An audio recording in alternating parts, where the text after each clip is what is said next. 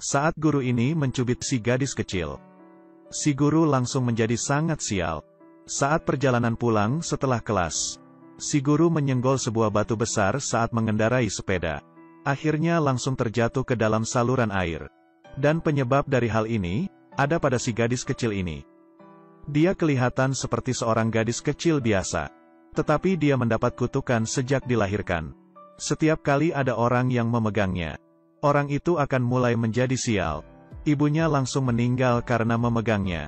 Ayahnya masih belum tahu bahwa anaknya memiliki kemampuan yang menyeramkan ini. Membawanya pergi ke tempat neneknya.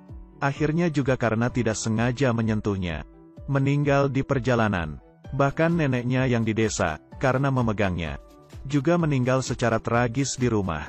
Mulai dari saat itu, si gadis itu dibesarkan di kuil oleh seorang biksu. Dan dia hidup di dalam bayang-bayang setiap hari. Karena dia takut akan mencelakai lebih banyak orang-orang di sekitarnya.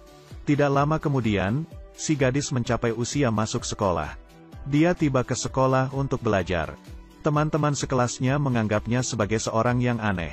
Biarpun langit sedang cerah, dia tetap terus mengenakan baju hujan kuningnya itu. Anak-anak lainnya bisa bermain bersama-sama. Sedangkan dia, setiap hari selalu diam sendirian. Bahkan dia selalu membawa-bawa seekor kadal bersamanya. Suatu hari, ada seorang teman sekelasnya yang penasaran, bertanya kepadanya. "Tidak hujan? Kenapa mengenakan baju hujan?" Si gadis kecil menceritakan pengalamannya karena kutukan yang diterimanya. Tetapi teman-teman sekelasnya tidak menganggapnya. Gurunya pun tidak mempercayai kata-katanya.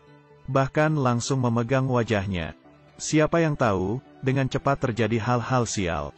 Saat gurunya mengendarai sepeda sewaktu pulang dari kelas, dia terjatuh ke saluran air.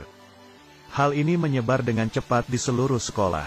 Mulai saat itu, teman-teman sekolahnya mempercayai kata-kata si gadis sepenuhnya. Di setiap tempat di mana dia muncul, semua orang akan ketakutan dan bersembunyi 1 meter jauhnya dari dia. Tetapi justru ada seorang anak lelaki yang seperti ini. Bukan hanya tidak takut padanya, malah berteman dengannya. Mereka berdua pergi ke sekolah dan mengobrol bersama. Sampai di hari ini, saat perjalanan pulang sekolah, kadal peliharaan si gadis hilang terjatuh ke dalam lumpur. Demi membantunya menangkap kadal, si anak lelaki loncat ke atas lumpur. Mencari sangat lama, sampai turun hujan besar dari langit. Masih tidak menemukannya. Mereka berteduh di bawah atap, merasa kecewa. Si gadis pertama kalinya melepaskan baju hujan kuningnya, dan mengenakannya kepada si anak lelaki. Keduanya duduk berdekatan bersama sampai hujan berhenti. Akhirnya si anak lelaki keesokan harinya malah jadi sakit. Si gadis sangat menyesal. Dia memutuskan untuk meninggalkan sekolah ini. Mulai saat itu, si anak lelaki tidak pernah bertemu dengannya lagi. Tidak lama kemudian, si anak lelaki sekeluarga juga pindah ke kota. Bertahun-tahun telah berlalu, si anak lelaki sudah menjadi dewasa. Tetapi hatinya masih belum melupakan si gadis. Memanfaatkan waktu liburnya, dia datang lagi ke kampung halamannya untuk mencari si gadis. Yang beruntungnya, dia akhirnya menemukan si gadis. Melihat si gadis menyukai belajar, maka dia menemani si gadis belajar. Mendengar bahwa si gadis ingin minum arak plum, dia sembunyi-sembunyi mencuri arak plum untuk diminumnya. Mendengar bahwa si gadis suka makan sushi, langsung buru-buru dalam semalam, meminta ayahnya membuatkan sekotak penuh sushi. Lalu memberi kejutan kepada si gadis. Si gadis pertama kalinya bertemu seseorang yang begitu baik kepadanya. Dan dia jatuh cinta pada si lelaki. Juga tidak bisa menahan diri untuk menciumnya. Tetapi dia tidak menduga, kutukannya kembali mencelakai orang di sekitarnya. Keesokan harinya, si lelaki langsung terkena sial. Gadis kecil ini sangat kasihan. Karena terkena kutukan, setiap orang yang bersentuhan dengannya pasti akan terkena kesialan. Saat dia masih kecil, keluarganya meninggal satu persatu karena menyentuhnya. Setelah dewasa, si gadis memiliki orang yang disukainya. Hanya karena dia tidak bisa menahan diri untuk mencium si lelaki. Keesokan harinya, si lelaki langsung sakit sampai masuk rumah sakit.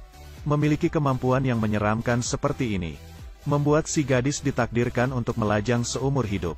Dia memilih untuk pergi demi melindungi si lelaki. Waktu berlalu dengan cepat, sekejap 5 tahun sudah berlalu. Saat dia muncul kembali, si lelaki langsung terkaget-kaget. Dia sudah terlalu lama tidak bertemu dengannya. Kali ini dia tidak akan membiarkan si gadis pergi. Dia melepaskan tali sepatunya, lalu mengikatkan tali sepatunya ke kaki kursi. Dengan begini, dia baru bisa merasa tenang. Malam harinya, mereka berjalan-jalan, makan dan mengobrol bersama. Tetapi si gadis mengetahui dengan jelas. Dia tidak mungkin bisa menjalin hubungan dengan si lelaki. Si gadis datang untuk mengucapkan perpisahan dengannya. Dia ingin pergi ke luar negeri. Si lelaki dengan sedih memintanya untuk tidak pergi. Tetapi si gadis tidak menyetujuinya. Akhirnya si gadis tetap pergi. Sampai terakhir dia tidak tahu tentang rahasia kutukan yang dimiliki si gadis. Dia sebenarnya terkena suatu penyakit. Saat masih kecil, dia terkena kecelakaan mobil bersama orang tuanya. Orang tuanya langsung meninggal.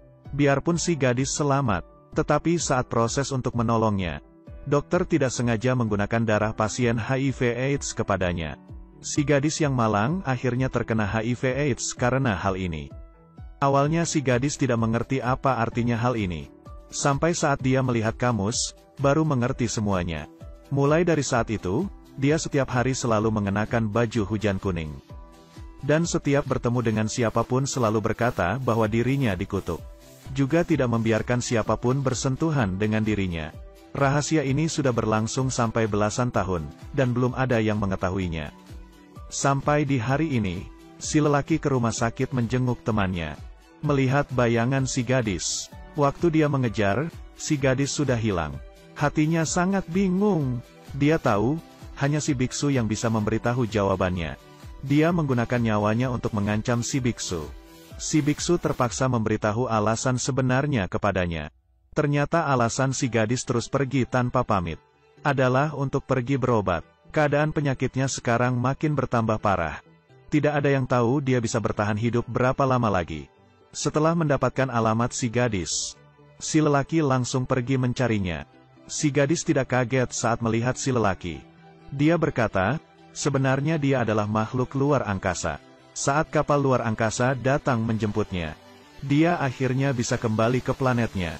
Dia berharap saat dia pergi, si lelaki bisa mengucapkan selamat tinggal dengan tersenyum. Si lelaki tidak mengungkapkan kebohongannya.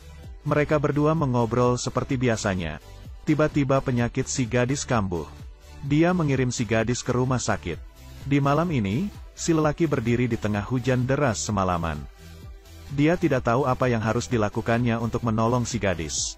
Dia teringat, si gadis pernah berkata padanya bahwa ada seseorang yang pernah memotret keajaiban. Itu adalah sebuah gambar yang disebut sebagai lingkaran misterius. Menurut legenda, bisa digunakan untuk memanggil kapal luar angkasa. Satu-satunya yang bisa dilakukannya sekarang adalah menaruh harapannya pada keajaiban tersebut. Demi membuat gambar ini, dia mulai menyiangi rumput tanpa tidur dan beristirahat. Setelah kerja kerasnya selama beberapa hari, lingkaran misterius akhirnya selesai dibuat. Setelah si gadis tahu, diam-diam pergi meninggalkan rumah sakit, tanpa peduli dengan larangan dari dokter. Dia bersandar di bahu lebar si lelaki. Mereka duduk di bangku yang terletak di tengah lingkaran misterius.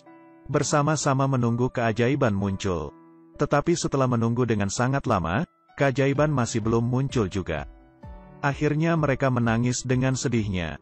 Di saat mereka hampir putus asa, lampu di lingkaran misterius mulai berkedip-kedip. Tiba-tiba muncul sebuah cahaya dari langit. Kelihatannya, kapal luar angkasa benar-benar datang. Si gadis harus pergi. Dia mengucapkan perpisahan terakhirnya kepada si lelaki dengan menangis. Lalu menghilang bersama dengan kapal luar angkasa. Bertahun-tahun kemudian, si lelaki membuka toko sushi di kampung halamannya. Dan dia masih terus diam-diam menunggu kemunculan gadis tercintanya. Ada yang berkata bahwa si gadis sebenarnya sudah meninggal. Tapi aku lebih berharap bahwa si gadis benar-benar kembali ke planetnya. Dan tak ada lagi kesedihan dan air mata di sana. Akhir cerita yang seperti ini sama dengan memberikan kebebasan kepada si gadis. Juga memberi keselamatan kepada si lelaki.